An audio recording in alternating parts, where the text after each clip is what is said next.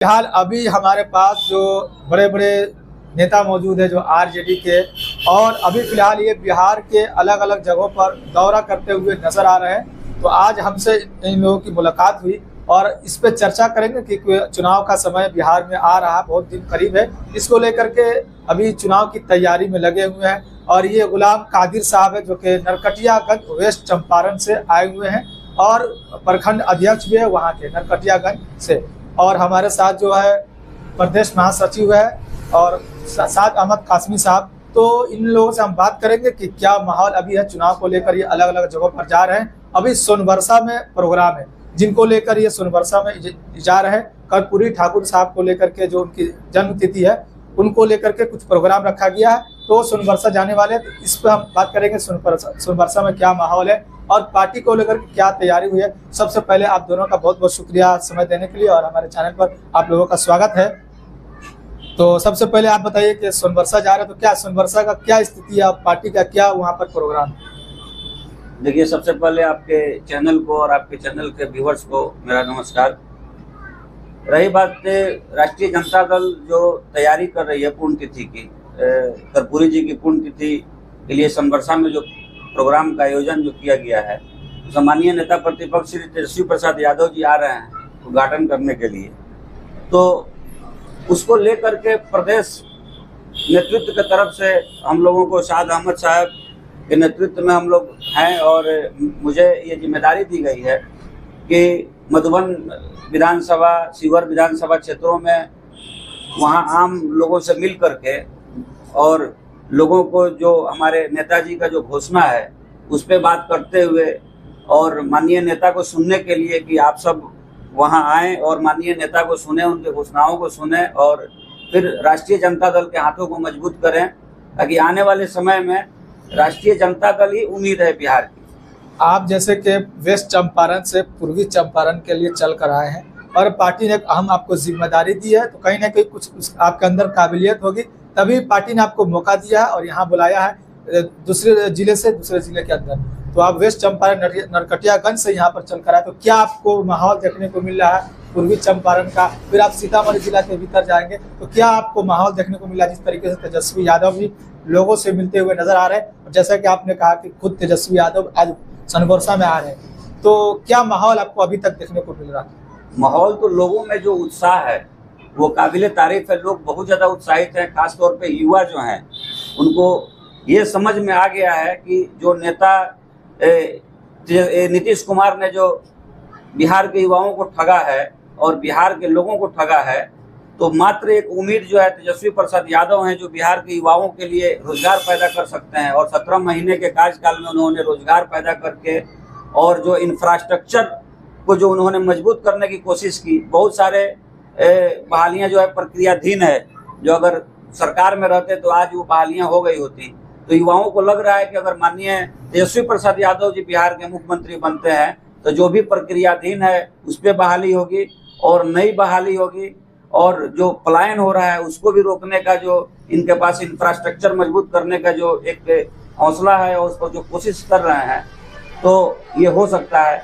तो लोग जो है सोनबरसा क्या बिहार के किसी कोने में अगर हमारे माननीय नेता बुलाएंगे और माननीय नेता को सुनने के लिए लोग बिहार के किसी भी कोना में जाने को तैयार हैं। अभी जो बीपीएससी का मुद्दा उठा उसमें भी जिस तरीके से तेजस्वी यादव भी उसमें शामिल हुए, भले रैली नहीं निकाले या वहाँ पर जा गए नहीं, लेकिन उन्होंने मुद्दा उठाया था कि ऐसा नहीं होना चाहिए।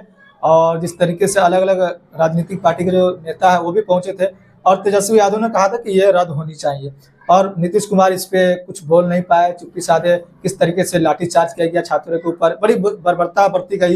इन सारी बातों को लेकर के आपकी पार्टी की तरफ से क्या रुख है, इसको आप थोड़ा साफ कर सकते हैं तो अच्छी बात होगी। देखिए, जो उप मुख्यमंत्री रहे तेजस्वी प्रसाद यादव जी, नीतीश कुमार जी मुख्यमंत्री रहे, तो उस समय शिक्षा विभाग राष्ट्रीय जनता दल के हाथ में, और ये भी एक राष्ट्रीय जनता दल की उपलब्धि है कि बगैर क्वेश्चन लिख किए बहुत सारे एग्जाम हुए, बहुत सारे जो है परीक्षाएं हुई, कहीं क्वेश्चन लीक नहीं हुए। ये भी एक उपलब्धि है। लेकिन नीतीश कुमार थके हुए मुख्यमंत्री हैं, ये पहले क्वेश्चन लीक करवाते हैं इनका अधिकारी, उसके बाद युवाओं पर लाठियां चलवाते हैं और एग्जाम कैंसिल नहीं होना ये युवाओं के साथ धोखा है। जो बच्चे मेहनत करके स्टडी करते हैं, पढ़ाई करते हैं, उनको चाहिए साफ सुथरा एग्जाम, निष्पक्ष उसका जांच हो, निष्पक्ष रिजल्ट निकले। लेकिन यहाँ सारे अधिकारी जो है अफसरशाही बढ़ी हुई है, सारे अधिकारी मिल करके क्वेश्चन लीक कर रहे हैं, युवाओं को रोजगार नहीं मिल रहा है। और ऊपर से जब वो युवा क्वेश्चन एग्जाम को रद्द करने के लिए अपील करते हैं तो उनके ऊपर लाठियां चलाई जाती हैं। और राजनीति होता है तो नीतीश कुमार जी को खराब लगता है कि इस पे राजनीति क्यों हो रही है। यादव तो ये भी कहते हैं कि जो नीतीश कुमार तो भले ही मुख्यमंत्री का चेहरा हो, लेकिन सरकार तो भारतीय जनता पार्टी चला रही है। बिल्कुल बिल्कुल, भारतीय जनता पार्टी को तो पता है, चाहे वो संसद हो या विधानसभा बिहार का हो या फिर पार्लियामेंट। भारतीय जनता पार्टी को पता है कि हम नीतीश कुमार के पीछे खड़े हैं और जो नीतीश कुमार हैं वो कितने मजबूत हैं, इनका बिहार में क्या जनाधार है, इनका गुड गवर्नेंस है कि नहीं है, ये क्या करना चाहते हैं, सब पता है। लेकिन बीजेपी भी अपने बल पे सरकार नहीं बना पाती है। बीजेपी अगर नीतीश कुमार को छोड़ के चुनाव लड़े या नीतीश कुमार बीजेपी को छोड़ के चुनाव लड़े तो पता चल जाएगा कि वो कहाँ है। लेकिन इस बार कोई भी गठबंधन हो, चाहे एनडीए गठबंधन जितनी मजबूत अपने घटक दलों को मिला करके एक संगठन बना ले, गठबंधन बना ले, लेकिन जो बिहार का महागठबंधन है, जो राजद का महागठबंधन है, वो इस बार पूर्ण बहुमत से सरकार बनाने जा रहा है।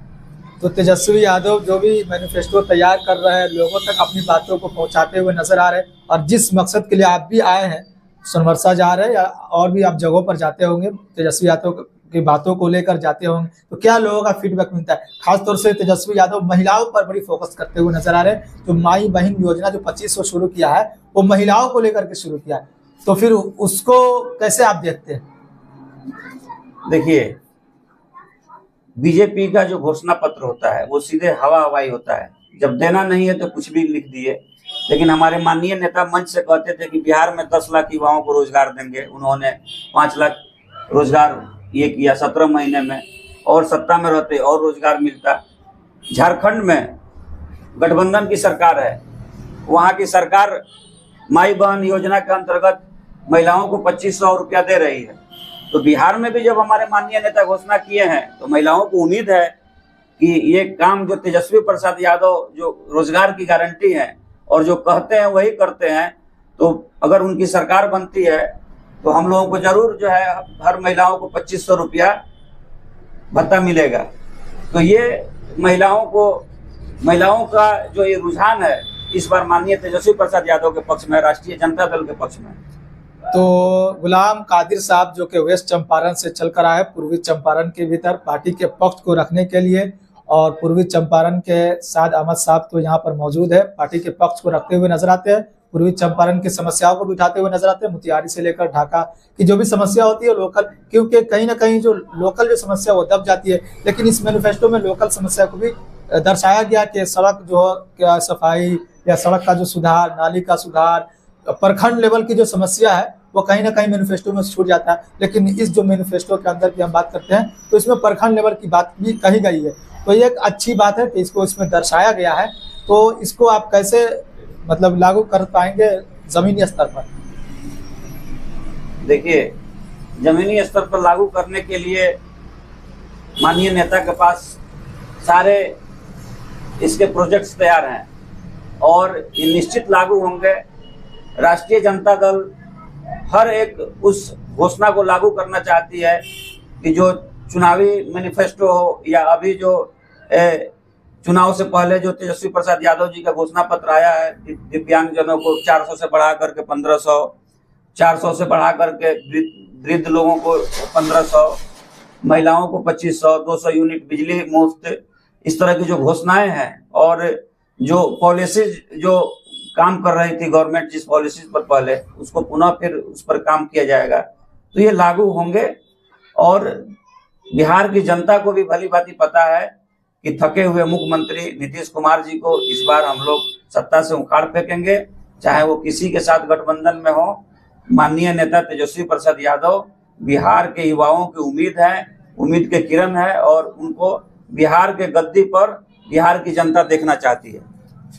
तो ये थे दोनों जो गुलाम कादिर साहब और साद अहमद साहब, जिनकी मुलाकात हमसे हुई और कुछ चर्चा की है चुनाव को लेकर के, कि कभी चुनावी माहौल चल रहा, दिल्ली का चुनाव हो चुका है, महाराष्ट्र का हो चुका है, हरियाणा का हो चुका है, अब बारी है बिहार की, और बिहार में अब बदलाव की बारी है, जिसको लेकर के आरजेडी भी बड़ी जोशो खरोश के साथ मेहनत करती हुई नजर आ रही, पार्टी के नेता भी नजर आ रहे हैं, अलग अलग जगहों पर जमीन पर उतरकर काम करते हुए नजर आ रहे हैं। और इसी बीच हमारी मुलाकात दोनों से हुई और बड़ी बेबाकी के साथ दोनों पार्टी की पॉलिसी को और खासतौर से तेजस्वी यादव जो बातों को लेकर लोगों तक पहुंच रहे, उसी बातों को पहुंचाने के लिए जमीन पर उतरकर काम करते हुए नजर आ रहे हैं और पार्टी की पॉलिसी को बेबाक होकर रखते हुए नजर आ, जो कि इस वीडियो में आपने देखा। तो आप लोगों का बहुत बहुत शुक्रिया जो कि बेबाकी